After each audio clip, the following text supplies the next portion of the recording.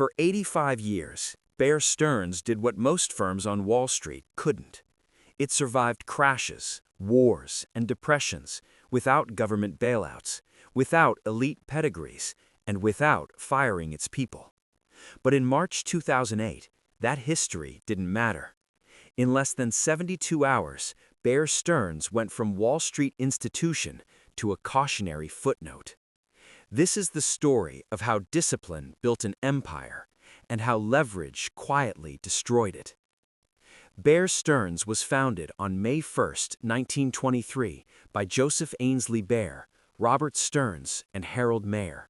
They opened with $500,000 in capital, roughly $17.8 million today.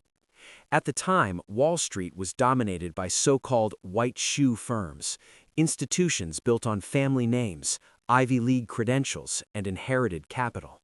Bear Stearns rejected that model entirely. The firm promoted internally. Traders were paid based on performance, not pedigree. Risk was allowed, but only if it was understood. When the stock market collapsed in 1929, hundreds of firms failed. Bear Stearns did not. They cut dividends, reduced partner pay, and absorbed losses internally. No mass layoffs, no panic exits. By 1933, at the bottom of the Great Depression, Bear Stearns had increased its capital base by more than 60%. In a market defined by fear, Bear Stearns built its reputation on restraint. After World War II, Bear Stearns entered a new phase under Salim Sy Lewis. Lewis did not come from money. He had been fired repeatedly, struggled financially, and lived with constant professional insecurity. That insecurity shaped how he traded. Lewis's defining move was his investment in railroad bonds. During the war, the U.S. government nationalized the railroads. Bond prices collapsed, trading at 5 to 10 cents on the dollar. Most investors assumed the industry was finished. Lewis assumed it wasn't. When the war ended and the railroads were returned to private ownership, bond prices recovered to full value. The trade generated returns measured not in percentages, but multiples.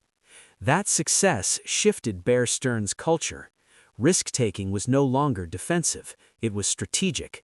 By the late 1960s, Bear Stearns had become a major force in risk arbitrage, betting on mergers, restructurings, and corporate events before they were finalized.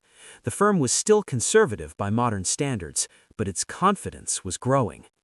In 1978, leadership passed to Alan Ace Greenberg. Greenberg was known for obsessive cost control. He reused paper, questioned every expense, and believed that survival, not dominance, was the real goal.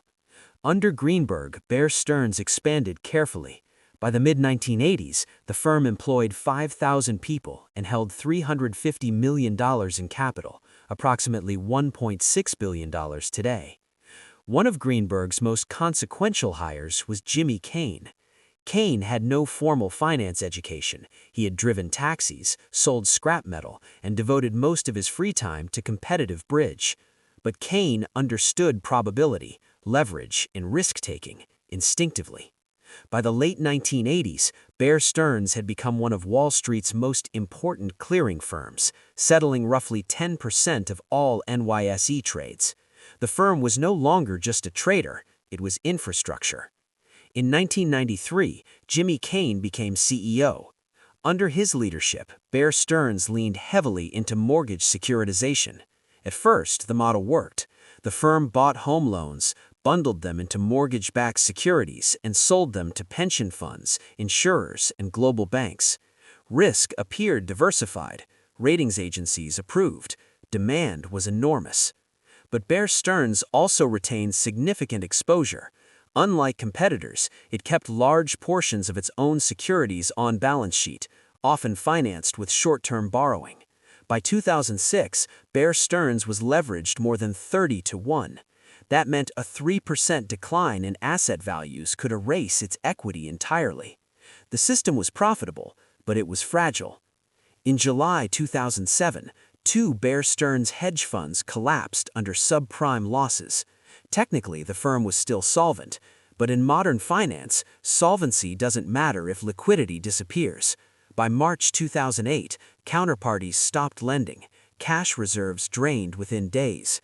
This was not a traditional bank run, it was digital and instantaneous. On March 16, 2008, Bear Stearns was sold to JP Morgan for $2 per share, later revised to $10. Just 14 months earlier, the stock had traded above $170.